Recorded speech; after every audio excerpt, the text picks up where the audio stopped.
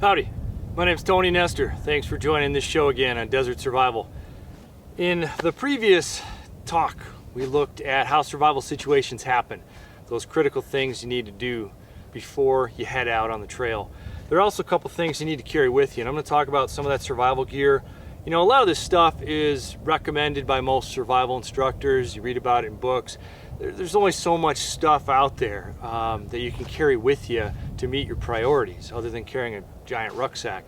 So I'm going to talk about some of the basics, some of the things I carry, and then I'm going to talk about some of the specialized desert survival stuff, desert travel stuff you should carry with you that'll help with enjoying the land a little water a little more, and also dealing with extreme heat issues and heat-related injuries. All right, if you're lost, regardless of whether it's desert, mountain, tropics, forest, wherever, there are 7 priorities you're going to have to take care of. So short-term survival deals with those 7 priorities. So the first one is PMA, that positive mental attitude. I'm going to save that for another talk because that's a whole topic in itself, survival psychology, the will to live. We're going to delve into that in greater detail later. The second one is shelter, 3rd, fire, 4th, water, 5th is signaling or communications, 6th is first aid, and 7th priority that's overlooked a lot by survival books and by people in general, sleep. You got to get sleep. Not so much of a big deal the first night, but as time goes by and it goes into 3 or 4 days, you're going to need to get rest. So if you're taking care of those other priorities, shelter, water, fire, signaling, staying hydrated, you're probably going to be able to get rest. But don't rule that out. You know, sleep is critical. You don't rule that one out. So the other ones, the shelter, water, fire, signaling, and first aid. We have 5 physical priorities that you have to take care of in a short-term survival stay. You know, short-term meaning 24 to 72 hours. You got to take care of those 5 priorities. So that's what I call the big 5. My survival kit is geared towards the big 5. And let's break those things down. So I've got water, 2 to 6 quarts, depending on the heat, the time of year, the length of my hike.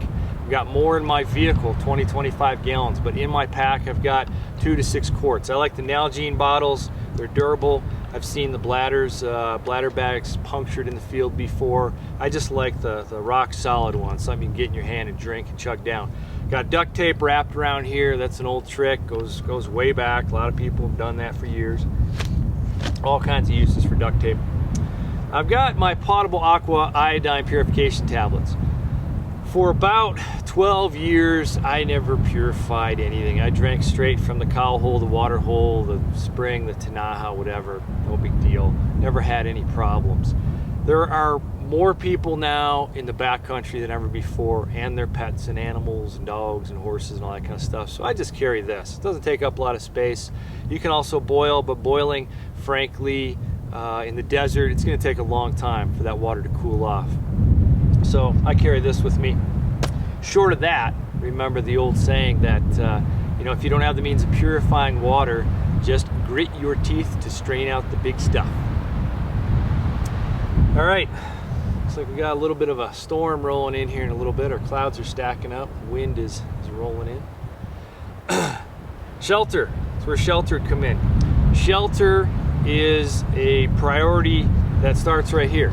You know, that physical priority starts with what you're wearing. If you're dressed properly in the first place, you might not have to build a fancy wickiup or lean-to or igloo, depending on the environment you're in, if you're dressed properly. I like the poly cotton blends. I don't wear 100% cotton when I'm out in the field. I've also got my rain jacket here. I've got a wool shirt here because the desert can be cold at night. I've been out in the desert where it's been 90 degrees during the day, sun goes down, and whammo, you're looking at 20 degrees. So you go from the potential for heat exhaustion, heat stroke, those types of heat-related injuries during the day to hypothermia at night. So you've got to be prepared for the cool weather as well. In my vehicle, I've got an umbrella. You break down, you got to change your tire or stand over your spouse if she changes it. You can get instant shade. It can be 20 degrees cooler under the shade of an umbrella. You got to walk to the rest stop. You got to wait for the tow truck or a friend to come. You've got instant shade. Just don't get black. Good stuff to have, though, umbrella. I know some long-term desert hikers that hike with umbrellas. I'm not quite to that point, but they backpack with them.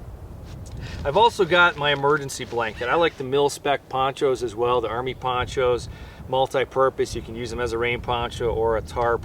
But if you're going to get a tarp to carry in the backcountry, make sure it's a shiny one, a red one, a blue one, a silver one. One of those blue ones from Home Depot, those 5x7, 10 or 8x, what are they, 5x8 tarps. Those are really good. Get the ones with the grommets so that you can tie them up, make a nice tarp. Shelter to get out of the wind and rain and sun. You can put that up in a matter of minutes. And that's where a good old 550 cord comes in. Get the true paracord. And by the way, when I'm done, I'll do a little close-up of this. I know this might be hard to see from the distance. I've got the camera here. But 550 cord is the best stuff to carry. This is the true parachute shroud line. You can strip these out. Each one of these has a tensile strength around 30 pounds. We've used these for fishing line, for stitching up damaged clothing, sleeping bags. We fish nets out of these, all kinds of uses.